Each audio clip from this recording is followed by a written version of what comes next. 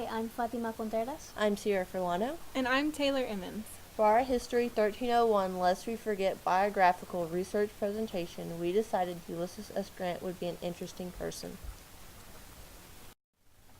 We determined that Ulysses S. Grant deserves to be remembered for his remarkable role in preserving and conducting the greatest nation in the world. In our Lest We Forget collaborative biographical research project, we explain exactly why we should never forget Ulysses S. Grant and his actions.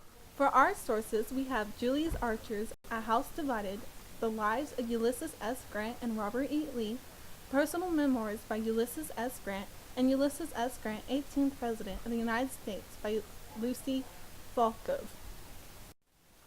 Ulysses S. Grant was born to Hannah Simpson Grant and Jesse Grant on April 27, 1822. He married Julia Dent in 1848 and died of throat cancer on July 23, 1885. He is buried in New York City. Ulysses S. Grant's childhood and life before the Civil War. As a child, Grant was very fond of horses, and he knew what to look for in a good horse. In his memoir, he tells of a specific purchase and trade that he did by himself as a boy. In addition to receiving an education, he worked very hard. Because of his work ethic, he had freedom and many privileges growing up. When he was nearing 17 years old, his father told him that he was going to West Point. His father had arranged for him to go to West Point because he thought that Ulysses would like it, but Grant did not want to go and subsequently did poorly in all subjects but math and horsemanship. He did not want to be in the army and resolved to get out as soon as possible if he even graduated at all. He did graduate from West Point and was stationed in St. Louis, where he had met his wife, although they did not get married immediately. Soon after, the Mexican War started. Grant was a participant in this war from the beginning, initially coming down to Texas and Mexico with General Zachary Taylor. After the war, Grant got married, although he stayed in the army. At one point in his army life, he was stationed on the West Coast.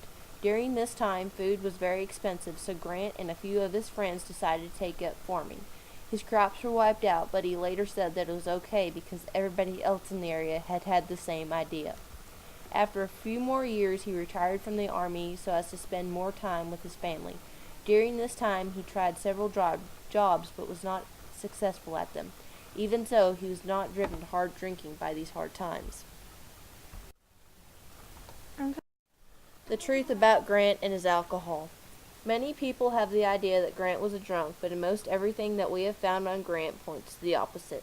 He really drank no more than any other soldier, except for when he was on the West Coast and away from his family. Even then, his size prevented him from consuming massive amounts of alcohol. He just happened to drink in front of the wrong people. Decisions, events, and achievements. Ulysses S. Grant was a participant in the Mexican-American War and, more importantly, the Civil War.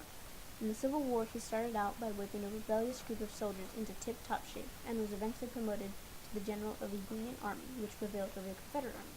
During this war, he became the first four-star general. Even though he had no political experience, Grant became the 18th President of the U.S. on March 4, 1869. As a president, Grant was an advocate for African Americans, so he signed the Ku Klux Klan Act, which allowed Northern troops to directly intervene with Klan activities in the South. He also tried to annex Santo Domingo, currently the Dominican Republic, because he thought African Americans would have found their congenial home. Archer 163. He also pressured Congress for the passage of the Civil Rights Act in 1875. Archer 167. Why we continue to remember Grant. The measure of a man is not how well he handles his success, but how well he survives his failure, stated Lucille Falkov. Ulysses was a man that faced repeated failure throughout his life. He failed as a soldier, farmer, and businessman. However, he had gotten back up, shook off the dust to do it all again. In the end, led the Union Army to victory, and he won the highest elective office in his country. He was a man who gained honor and respect through his hard work. Grant wasn't just a commander, but a man of the people. He fought alongside his men in battle and mourned the losses met on the battlefield. We should continue to remember that one man can make a difference. Ulysses teaches a valuable lesson of determination, to truly fight for what you believe in. He was soft-spoken, but inspired his troops to fight in a gruesome battle.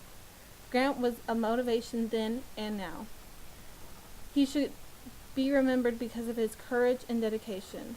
He taught us the important things are honor, respect, and love, the true measures of a man's worth. Volkov 119.